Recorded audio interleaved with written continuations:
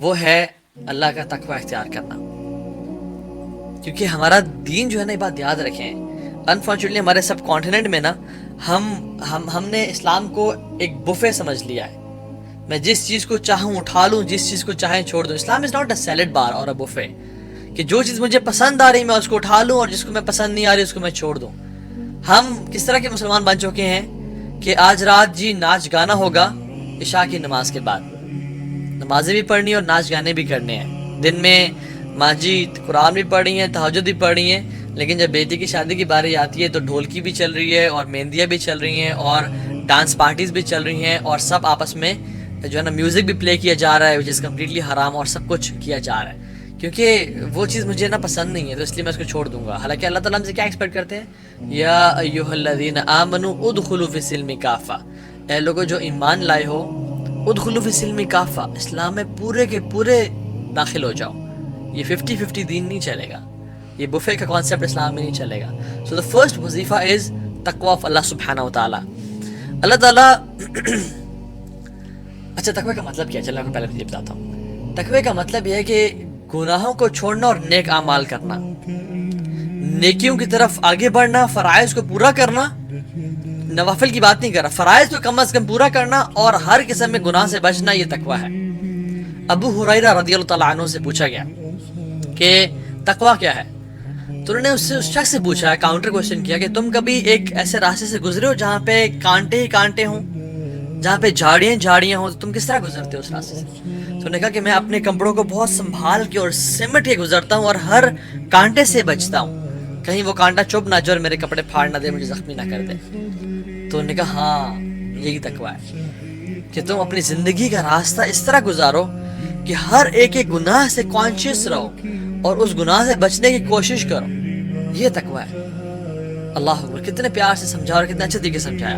اور اللہ سبحانہ تعالیٰ کہتے ہیں واتقوا اللہ ویعلمکم اللہ، تم تقوی اختیار کرو. تمہاری زندگی میں جو مصیبتیں ہیں، مشکلات ہیں، تمہیں پتہ نہیں کہاں جانا، اللہ تعالیٰ تمہیں گائیڈ کر دیں گے، تمہیں سمجھا دیں گے، تمہیں راستہ دکھا دیں گے. واتقوا اللہ ویعلمکم اللہ، تمہیں اللہ تعالیٰ سمجھا دیں گے، بتا دیں گے کہ اصل راستہ کون سا ہے. واللہ بکل شیء علیم، اور اللہ تعالیٰ ہر چیز کو جاننے والے ہیں. علام الغیوب تمہیں راستے کی طرف گائیڈ کر دے گا. اور سبحان اللہ، اس طرح کی بہت ساری قرآن کی جو ہے نا وہ آیات ہیں جس کو ہم ذکر کرتے ہیں. پہلی سورۃ طلاق کی آیت، وَمَن يَتَّقِ اللَّهَ يَجْعَل لَّهُ مَخْرَجًا، جو بھی اللہ کا تقوی اختیار کرتا ہے یجعل لہ مخرجا، اللہ تعالیٰ اس کے لیے مخرج بنا دیتے ہیں.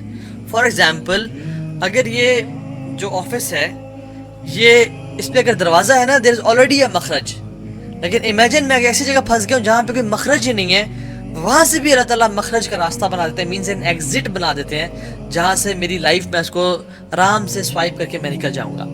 وَمَن يَتَّقِ اللَّهَ، مئی کا مطلب ہے کیا ہے؟ جو شخص بھی تقوی اختیار کرتا ہے، جو انسان بھی، چاہے امیر ہے، غریب ہے، بڑا ہے، چھوٹا ہے، کالا ہے، گورا ہے، عرب ہے، عجم ہے، جو بھی تقوی اختیار کرے گا یجعل لہ مخرجا، اللہ تعالیٰ اس کے لیے راستے بنا دیں گے، چاہے اس کو نظر نہ آ رہا ہو، چاہے اس کو پتہ نہ ہو کہ سبحان اللہ میری جو زندگی ہے وہ آگے کہاں جائے گی. مجھے تو اندھیرے نظر آ رہے ہیں، مجھے تو مشکلات ہی مشکلات نظر آ رہی ہیں، لیکن اللہ تعالیٰ اس کے لیے راستے بنا دیں گے.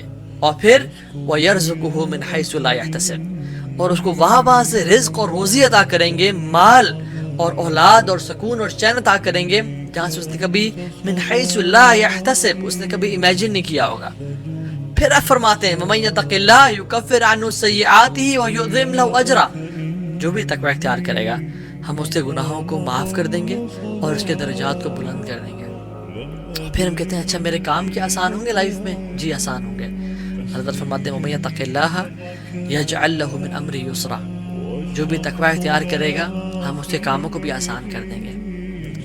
ایک شخص تھا، بڑا نیک انسان تھا، حاتم الاسم ان کا نام تھا. وہ شخص، انہوں نے اپنی خواہش ظاہر کی اپنی بیوی سے کہ میں اس دفعہ حج کرنا چاہتا ہوں، لیکن میرے پاس پروویژن نہیں ہوتا نا کہ میں تم لوگوں کو پرووائڈ کر سکوں. کچھ مہینوں کا تو ہے لیکن اس سے زیادہ نہیں ہے. اینڈ ریممبر کہ ان ڈیز میں جو حج کا سفر تھا وہ 15 دن یا 40 دن کا نہیں تھا، وہ مہینوں کا سفر تھا، جس میں انسان جب ایک دفعہ نکلتا تھا تو اس کے واپس آنے کے چانسز کم ہوتے تھے، بیکاز گھوڑوں کے ذریعے، اونٹوں کے ذریعے اور گدھوں کے ذریعے ٹریول کر کے جانا پڑتا تھا. تو سبحان اللہ وہ جب انہوں نے بات کی تو ان کی بیوی نے کہا کہ ٹھیک ہے، اگر آپ کے پاس پروویژنز نہیں ہیں تو پھر آپ رک جائیں، نہ جائیں، اور کیا ہو سکتا ہے. یہی ہمیں سے ہر بندہ جواب دیتا ہے نا. لیکن his daughter was very special. She was intelligent and smart.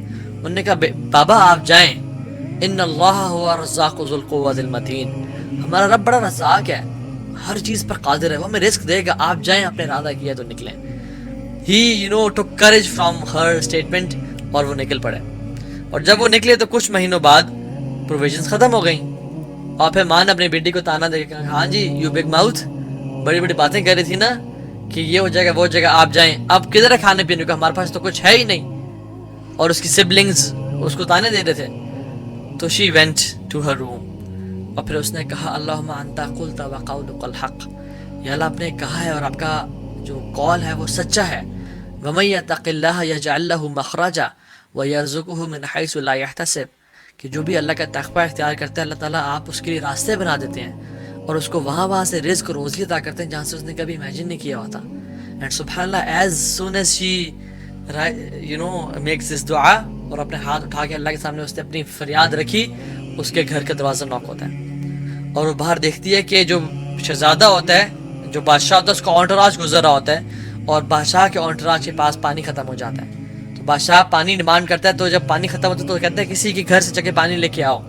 تو اس کے جو گارڈ ہوتا ہے وہ اس کے دروازہ نوک کرتا ہے اور کہتا ہے کہ بادشاہ سلامت پانی مانگ رہے ہیں. تو کیا ہوتا ہے کہ وہ جاتی ہے اور اس پانی کو بڑا ڈیکوریٹ کرتی ہے، کیونکہ حدیث میں کیا آتا ہے انزل الناس منازلہم، لوگوں کے رتبے کے حساب سے ان کو ٹریٹ کیا کرو، ان کو عزت دیا کرو.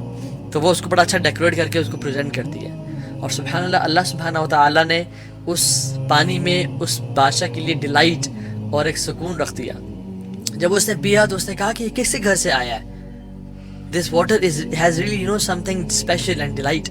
تو اس نے کہا کہ یہ وہی جو دا فیمس عابد حاتم الاسمی گھر سے آیا ہے. تو انہوں نے کہا اچھا اسی گھر سے آیا، تو سب اس کو سلام کرتے ہیں. تو انہوں نے کہا نہیں وہ تو حج پہ گئے ہوئے ہیں. کہتے اچھا حج پہ گئے ہوئے، تو پھر ان کے گھر والوں کی رسپانسبلٹی ہمارے اوپر ہے، وہ ہمارے مہمان ہیں. اور پھر انہیں گھر کے وہ قریب گیا، اور اس ٹائم پہ گولڈ کے کوائنس کے نا کچھ سیکس ہوتے تھے جس سے ہم بند کرتے تھے، تو اس نے نکالا اور اسے گھر میں پھینکا اور پھر فرمایا کہ جو شخص مجھ سے محبت کرتا ہے do as what I have did, جو میں نے کیا اسے کرو. تو پھر سب سبحان اللہ اونٹراج نے ان کوائنس کو نکالا اور اسے گھر میں پھینک دیا، اور کچھ ہی دیر میں وہ ڈھیر اکٹھا ہو گیا. تو وہ لڑکی جو تھی وہ رونے شروع ہو گئی. تو اس کی ماں نے کہا کہ تمہارے پہ تف ہے اور عجیب ہو تم، جب ہمارے پاس کچھ نہیں تھا تم مسکرا رہی تھی، اللہ نے ہم پہ بارش کی سونے چاندی کی بارش برسا دی، اب تم رو رہی ہو. تو کہتی ہے کہ سبحان اللہ، ایک انسان نے ہم پر رحمت کی اور نظر کرم کی تو ہمارے گھر میں سونا اور چاندی بھر گیا ہے.